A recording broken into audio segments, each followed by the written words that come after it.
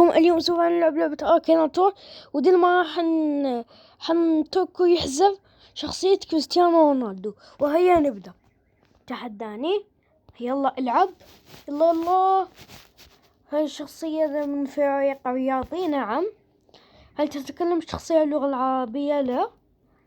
هل الشخصية من أصول برتغالية؟ نعم.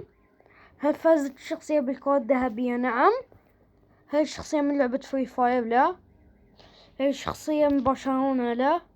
هل سبق الشخصية لعب في نادي النصر السعودي؟ نعم.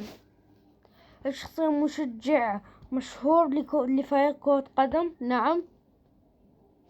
والإجابة هي ماريا دوليسير، والدة كريستيانو رونالدو.